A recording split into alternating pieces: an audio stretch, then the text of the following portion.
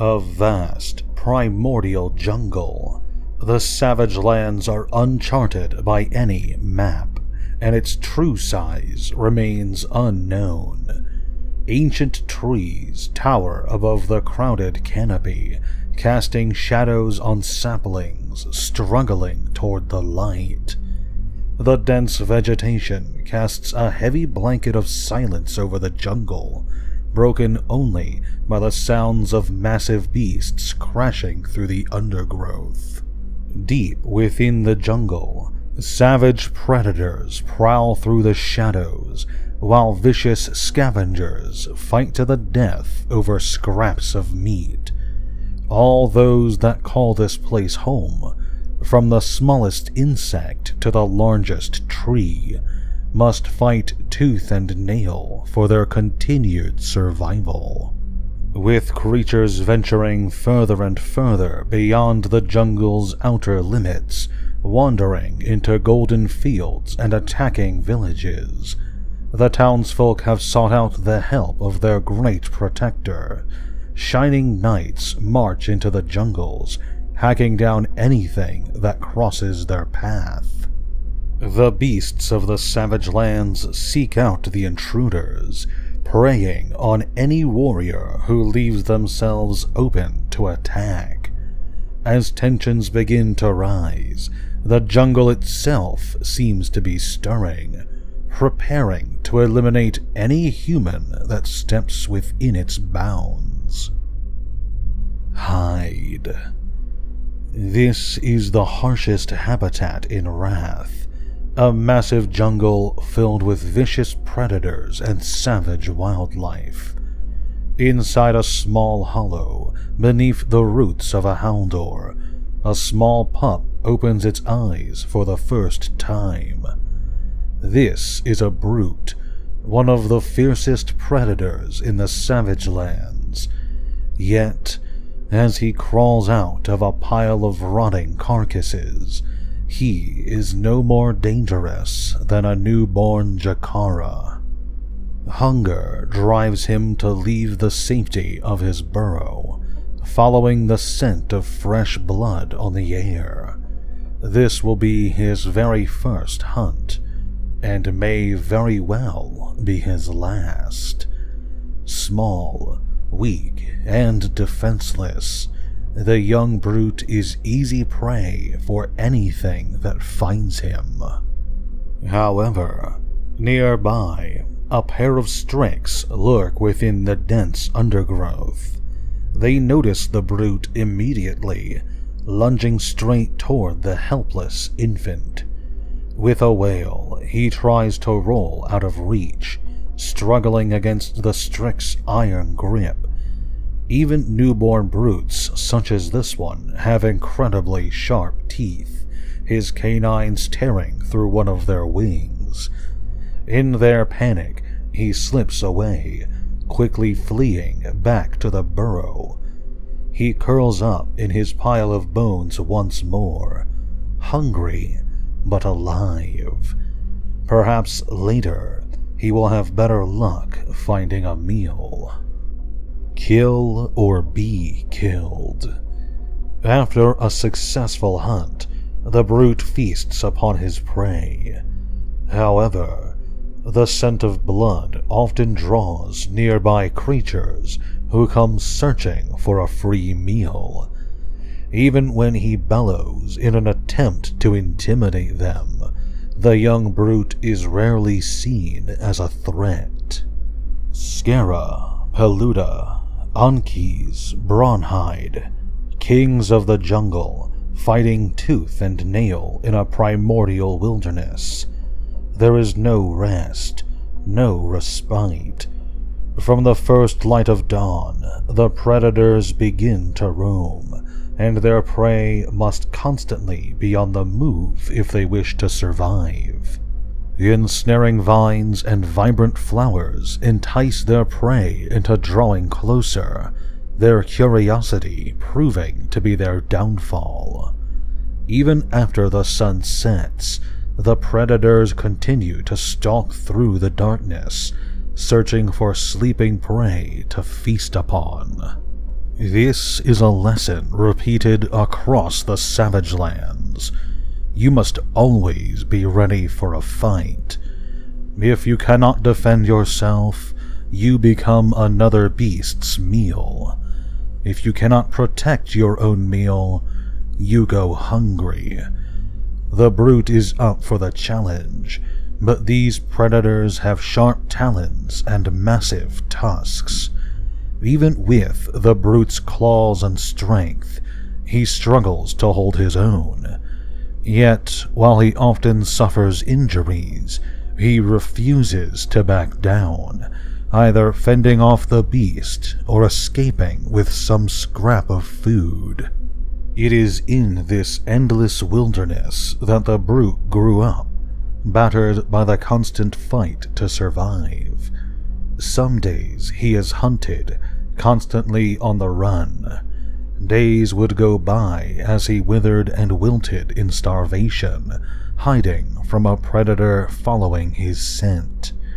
Yet others would see him become the hunter, lounging within a secluded den with a full belly. As each season passes, the young brute grows. He becomes stronger, standing his ground against predators no matter how large. The jungle sees him become a predator in his own right, marking out a place of his own within the Savage Lands. Bide your time. Straying further and further from his birthplace, the brute travels north to lands filled with larger, more dangerous predators. While the prey is plentiful, the beasts here are massive, powerful masters of the hunt. Roars and howls echo through the trees, fragments of bone coating the earth, carcasses scattered across the jungle floor. Toxic fungi, poisonous berries, and meat-eating plants spread across the landscape, preying on the weak and the unaware. However, any creature can fall victim to their primal curiosity. The brute continues to investigate that which should be left alone. Abandoned camps, narrow caves, hollows and burrows and barren wastelands, even the rare trails leading to the outer reaches of the jungle. He finds all kinds of things: metal carapaces, large clubs of wood, handheld talons and massive canines, furs and leathers and hides, shards of metal, carcasses, skulls and bones from unfamiliar creatures. Some things he takes, making a protective hide for himself and a massive wooden club. He feasts on strange creatures with crystalline hides and stone shells. Yet, the further he travels, the more dangerous the land becomes, with ever more predators lurking in the shadows. The jungle has become far more complex. Beasts roam in massive packs, while savage predators stalk through the shadows. Venomous bites and toxic scales ensure a slow, painful death. Scavengers roam between the trees in packs, searching for easy prey. The injured, the ill, the young and the old. In this part of the jungle, any sign of weakness will spell demise. Meanwhile, furless, leather-clad creatures gather to the east. With no talons or fangs to speak of, they wield pieces of metal, their large packs and sheer determination outweighing their weakness.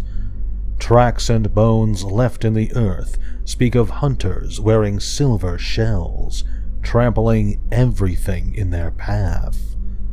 While the brute has yet to encounter these strange creatures, he prepares himself for a fight, keeping a wary eye out for the tracks they leave behind. For even the most experienced hunter, these are treacherous lands, and biding your time might well save your life. The brute lies in wait, skirting along the edges of a tall cliff face, avoiding the largest and fiercest beasts that would spell certain death. He avoids the barren wastelands and the strange lakes, the acrid scent of death in the air. After all, it is not only beasts that spell danger in the savage lands. Some areas of the jungle are dangerous in their own right, unfamiliar territories that promise a slow death to any creature foolish enough to enter. Never back down. It does not last forever. The brute soon becomes a predator. Rhynar marks a place for himself amongst some of the most dangerous beasts in the savage lands. This is his territory, his kingdom, and any creature who dares to step foot within his land will die for it. Now fully grown, the fear and caution have given way to aggression, an overwhelming urge to carve out a territory for his own. Yet Rhynar grows ever larger, towering over the other predators of the jungle. He drives scraps of metal into his club, the Rashari branch he'd once scavenged from the forest floor, adds the jawbone of another brute and the tusk of a young Brawnhide. Rhynar begins to hunt down predator and scavenger alike, any possible threat, any creature that consumes the prey that belongs to him. He fights tooth and nail, beating them down with his club and his fists. The first beast to challenge him pays dearly for it, a Paluda that attempts to drive him away from its hunting grounds. He crushes its skull into the cold, hard rock, brain matter dripping onto the stony earth. The curve of his club sends skull fragments flying across the clearing, blood pooling onto the earth, strips of fur and hide hanging limply from the jagged wood. Rhynar tears into it with his bare hands, shoving mouthfuls of steaming viscera into his gaping maw. One by one, he destroys any predator on his land, devouring them whole. Scale or fur, crystal shell or venomous fang, he hunts them all. The crack of bone echoes through the trees, creatures fleeing from the overwhelming stench of decay that hangs in the air. Rhynar grows ever stronger on the constant feasting, consuming flesh, cramming the fresh organs down his throat by the handful. The silver-shelled hunters still lingered near the edges of his kingdom, elusive, only leaving faint tracks or an unfamiliar scent to mark their passing. Even as he roamed further from his hunting grounds, he could not follow their scent for more than a moment. Despite the warnings he left behind, they failed to retreat, tramping through the jungle as if set on a predetermined path. The hunger drives him further still, beyond the boundaries of his territory. He hunts larger and larger beasts, crushing them into the earth, throwing himself into fights with reckless abandon. Rage overpowers any remaining instincts for self-preservation, abandoned in favor of the steaming entrails that he devours from fresh carcasses. Ripping tusks from skulls with a single swing, toxic scales torn clean from their hide. Not even the venomous bite of a Rekvas can deter him from the overwhelming urge to destroy. His skin turns almost gray, covered in a slimy coating of marrow, blood streaked through his hair, viscera collecting beneath his nails. His rampage drives him ever further from his lands, seeking larger beasts and tougher fights. Reinar's territory grows larger and larger as he massacres more and more creatures in his endless need to consume and destroy. Bones and teeth form a chain around his throat, his body decorated in the trophies of his hunt. Reinar's kingdom is silent, empty. Every remaining creature has fled, prey and predator, hunter and scavenger, all running from the beast that has carved out a home for himself in flesh and blood. Strength rules all. Dusk is the most dangerous time within the Savage Lands. The darkening night would strike terror into even the most seasoned hunters, as vicious predators emerge from their dens to stalk through the shadows, hunting sleeping, defenseless prey. In the dim light, a hulking shape storms through the overgrowth, mindless of the racket that it was creating. Reinar returns from a successful hunt, his hide streaked with blood, stomping through the shadows as if daring any nearby beast to challenge him. Yet, as he drew closer to his lair, he caught an unfamiliar scent on the wind, faint tracks marking the earth. Something has entered his territory, a pack of creatures hunting on his lands. Despite the blatant disregard for all warning signs, entering his land without hesitation, a faint smell of fear lingered in the air. His clearing was filled with strange creatures, with shells of silver and gold metal. The critters flocked around his hut, poking it and barking at one another. While they looked small and sickly, something about the creatures gave him pause. Reinar released a bellow, the roar echoing through the trees like a thunderclap. With a sharp clatter, the 9 creatures turned to face him. Immediately, they sprung into action, the pack barking at one another as they moved to surround Reinar, wielding massive metal talons. One member of the pack, clothed entirely in fabric, threw open his arms, revealing a stream of sunlight that burst through the air. The bolt grazed his side, searing his thick hide. The pack began to close in, brandishing their weapons as they yelled, drawing closer and closer, leaving nowhere for Reinar to escape.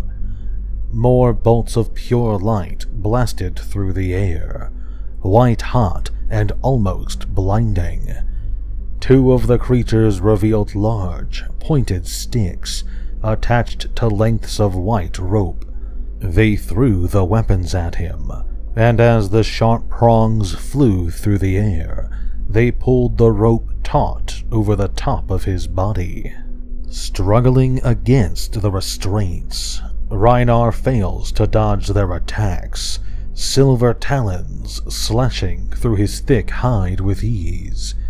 Blood streams from the open wounds, coating the earth in crimson. When he tries to strike out at them, pulling at the ropes, he finds that their silver shells are as hard as stone, a sharp, hollow clang ringing through the trees. Even his claws failed to rip through the shell, and his strongest blows only served to knock them off balance. Slowly but surely, Rhynar began to grow weaker, the world dulling to a hazy, burning red. A memory surfaced, taking him back to a warm, mid-autumn day. A young pup at the mercy of the wilderness, overwhelmed by fear. The endless fear turned to rage, fueling a fire that flooded through his veins, bringing with it an all-consuming blood rage. Rhynar charges forward, tugging himself free of the ropes, sustaining several gashes in the process. He bowled over one of the larger creatures, leaping toward one of the smallest members of the pack.